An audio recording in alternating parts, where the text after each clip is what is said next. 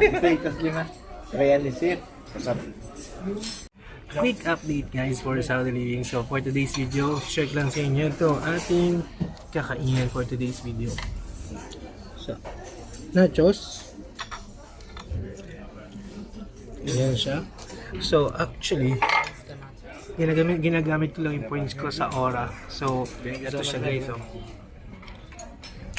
So pagka meron kang 800 points, so pwede mo na itong i-clean dito sa sa Cheesecake Factory. So ayan na siya. So all you have to do guys is i-download nyo na itong app na Aura. Ito. Yan.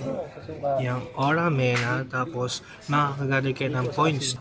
800 points na kailangan mo. Meron ka ng free na nachos. So let's go.